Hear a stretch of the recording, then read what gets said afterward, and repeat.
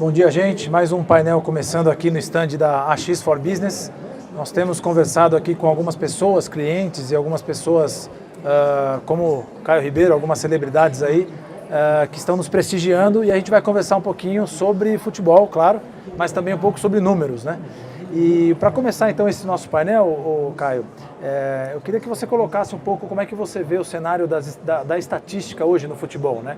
A gente antigamente era uma coisa muito mais de coração, talvez, e de achismo, né? Hoje você sabe quantas bolas foram cruzadas da intermediária para a direita, para a esquerda. Como é que essa massa de dados e essas informações estatísticas têm contribuído com o futebol e se é possível viver sem isso hoje? Eu acho muito difícil. Eu acho que hoje os clubes se estudam muito, né? O futebol está cada vez mais coletando informações do seu adversário, do seu campeonato que você vai disputar. E essas informações chegam através da tecnologia. Como que você consegue quantificar o mapa de calor, que a gente costuma dizer, de qual área do campo que o jogador atuou mais, se ele está fazendo aquilo que o técnico pediu, o desgaste físico, o scout para você até entender um pouquinho número de passes certos, passes errados, quantas vezes o lateral chegou à linha de fundo. Então, hoje em dia, o centro de inteligência que a gente diz no futebol está cada vez mais presente. O que é o centro de inteligência? É o monitoramento individual dos atletas e do seu adversário. Quantos jogos, qual é o lugar onde eles mais atacam, cobrança de pênalti. Normalmente o goleiro hoje vai para uma decisão, ele já sabe de 10 cobranças, qual é o lado preferido do jogador, qual é o jeito que ele gosta de bater na bola. Então acho que hoje a tecnologia não tem como você desassociar do esporte, até em questão de prevenção de lesões.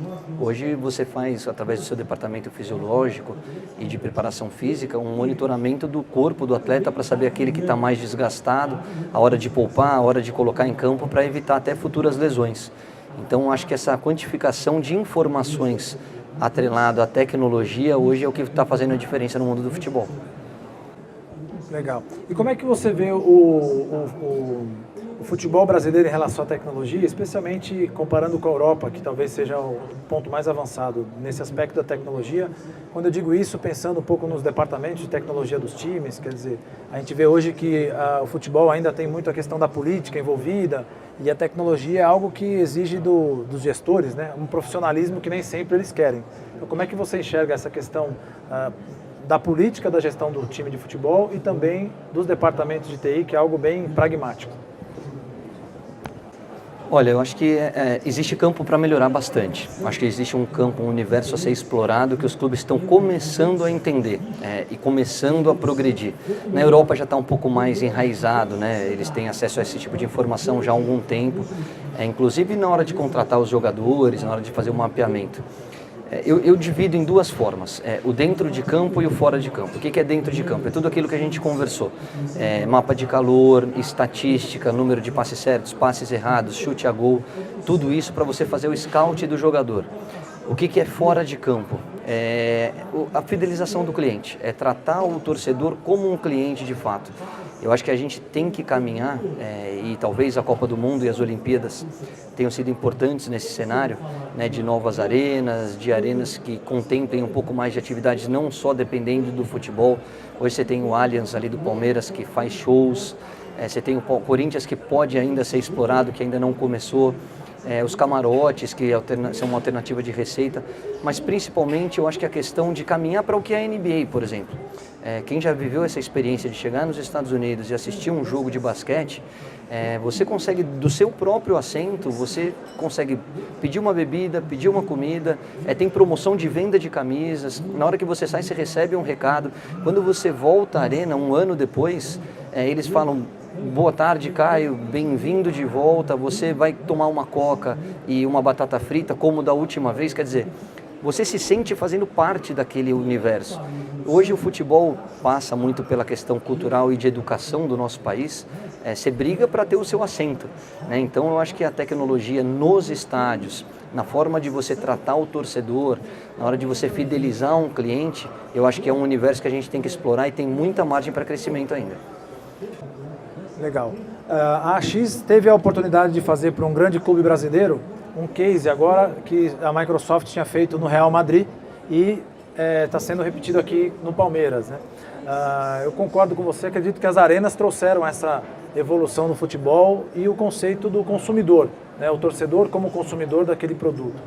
Como é que você enxerga a questão da mudança de cultura, que é você justamente transformar o torcedor, que antigamente era só um cara apaixonado e teoricamente poderia também fazer de tudo dentro do estádio, e hoje ele então se comportar como um consumidor mesmo, né?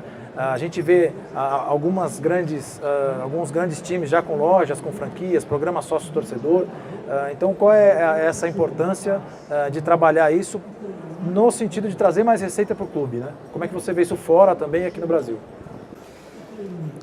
Falando especificamente do nosso universo aqui do Brasil, eu acho que o futebol te dá uma coisa que nenhuma outra atividade te dá, que é a paixão.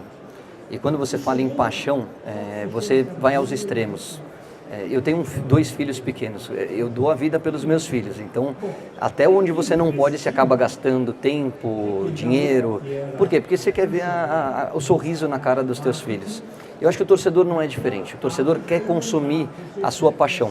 E a paixão, no caso do Palmeiras, do São Paulo, do Santos, do Corinthians, quanto mais ele se sentir engajado no dia a dia do clube, mais ele vai consumir o produto. Então eu acho que as redes sociais têm um papel importante nisso. O sistema de sócio-torcedor é uma alternativa que vai crescer muito no Brasil. Eu acho que os clubes têm que apostar nessa linha, sim. E é o que a gente está conversando. Na hora que você dá informação para esses torcedores, que é o que eu costumo fazer na TV também, não só usar a telinha, mas assim, você criar um relacionamento com o seu cliente. Eu tenho um retorno muito grande do FIFA, por exemplo, que você consegue entrar na casa das pessoas, o Cartola, que faz com que as pessoas vivam o universo do futebol. Talvez elas não tenham condições de jogar profissionalmente, mas elas se sentem como um treinador, como um presidente. Então eu acho que existe um universo muito bacana pela frente. E as gestões, quando a gente fala de diretoria, eu acho que o Brasil está num caminho bacana.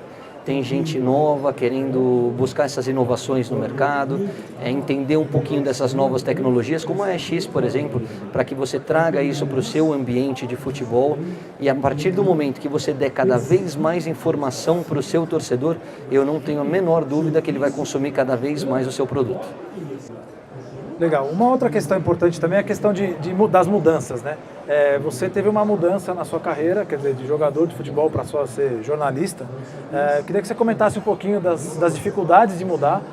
Quando a gente fala aqui do conceito da AX, é uma mudança cultural para o clube que tenta implantar, né? Vamos dizer que a velha guarda do clube às vezes não quer fazer a mudança, etc. e tal. Então, se você pudesse comentar um pouquinho em relação à questão de mudança, já que você mudou de carreira, as dificuldades e os benefícios de mudar. Vou falar especificamente então do meu caso, tá? Eu com 30 anos, meu último clube foi o Botafogo do Rio.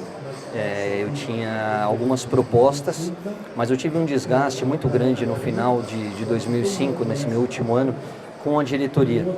Nem sempre o que é passado para o torcedor é o que acontece no dia a dia do clube, né?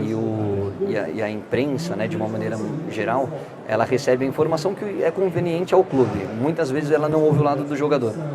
Eu tive um desgaste grande e achei que era hora de parar, dar uma descansada e pensar num pós-carreira. Ou então eu falei, vou parar 3, 4 meses e depois eu vejo o que eu faço.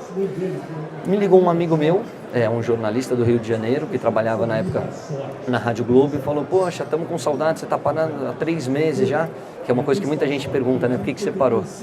E falou: poxa, você não vai voltar a jogar? E numa brincadeira, eu falei para ele, olha, me arruma um lugar aí na rádio que eu vou trabalhar com você. Chega de jogar bola, agora quero trabalhar com vocês. Mas juro, foi uma brincadeira, nunca me preparei para ser comentarista. E nessa brincadeira ele virou e falou assim: poxa, Caio, a Rádio Globo de São Paulo está procurando um comentarista. Você toparia? Eu falei: cara, estou com 30 anos, eu acho que ainda tenho uns 4, 5 anos para continuar a carreira. Mais pra frente, quem sabe, poxa, mas deixa o Oscar Ulisses, que é o âncora daqui da Rádio Globo, te procurar. Posso passar teu telefone para ele? Eu falei: claro, tenho um bom carinho pelo Oscar. E aí o Oscar, no dia seguinte, era uma segunda-feira, esse papo foi num domingo, na segunda-feira ele falou assim: quero almoçar com você. No almoço ele falou: o Zete já passou por aqui, o Raí já passou, outros grandes jogadores já passaram, e a gente está procurando um comentarista que tenha sido jogador. Eu falei, Oscar, eu ainda não parei, eu acho que eu ainda tenho algum tempo de carreira.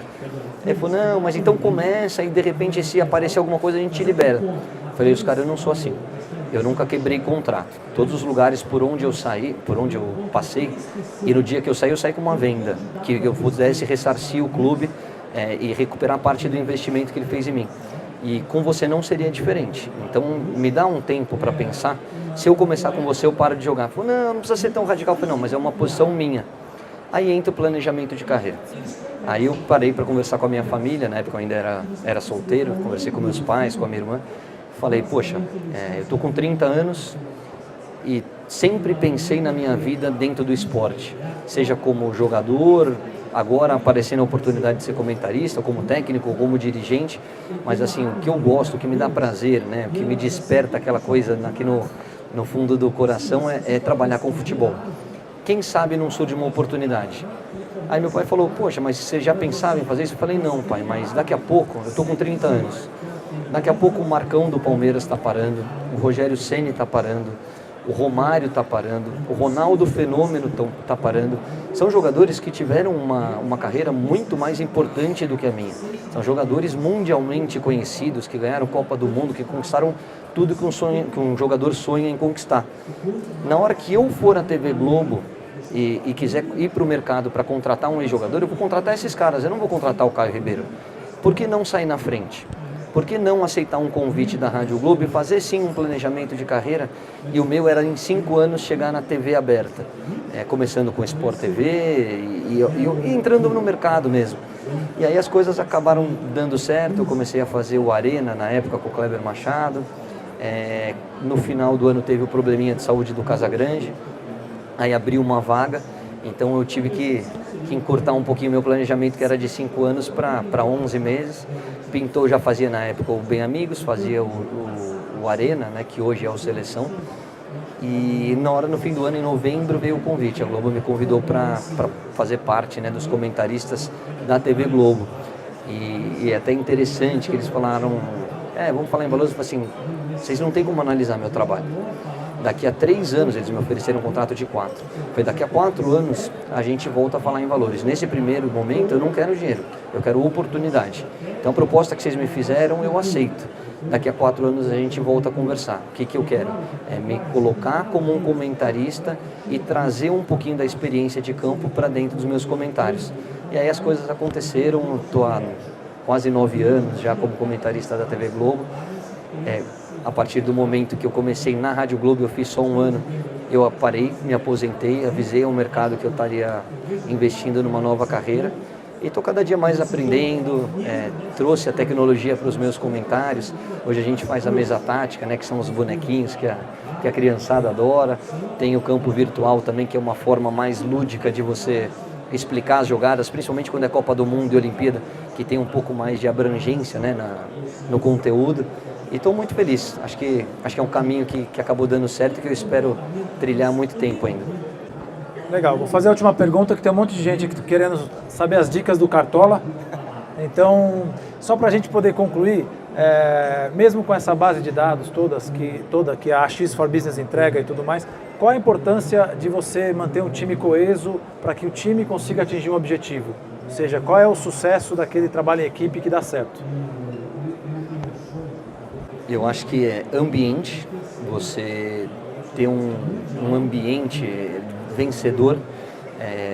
Tem uma frase do Alex, jogador do Palmeiras, que hoje está na ESPN, uma vez entrevistando, ele virou e falou assim, olha, aquele time do Palmeiras, que foi campeão da Libertadores, nós não éramos amigos, nenhum deles frequentava a casa um dos outros, mas dentro de campo nós éramos muito unidos, e é isso que tem que ser. Se você conseguir trazer a amizade de dentro de campo para fora, ótimo, você tem o cenário ideal.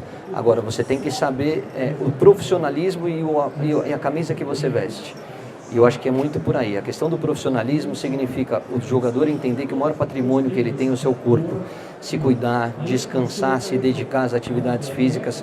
Acho que você tem que estar sempre a 90%, 100% sempre, para que você possa render e corresponder à expectativa que a torcida tem em cima de você.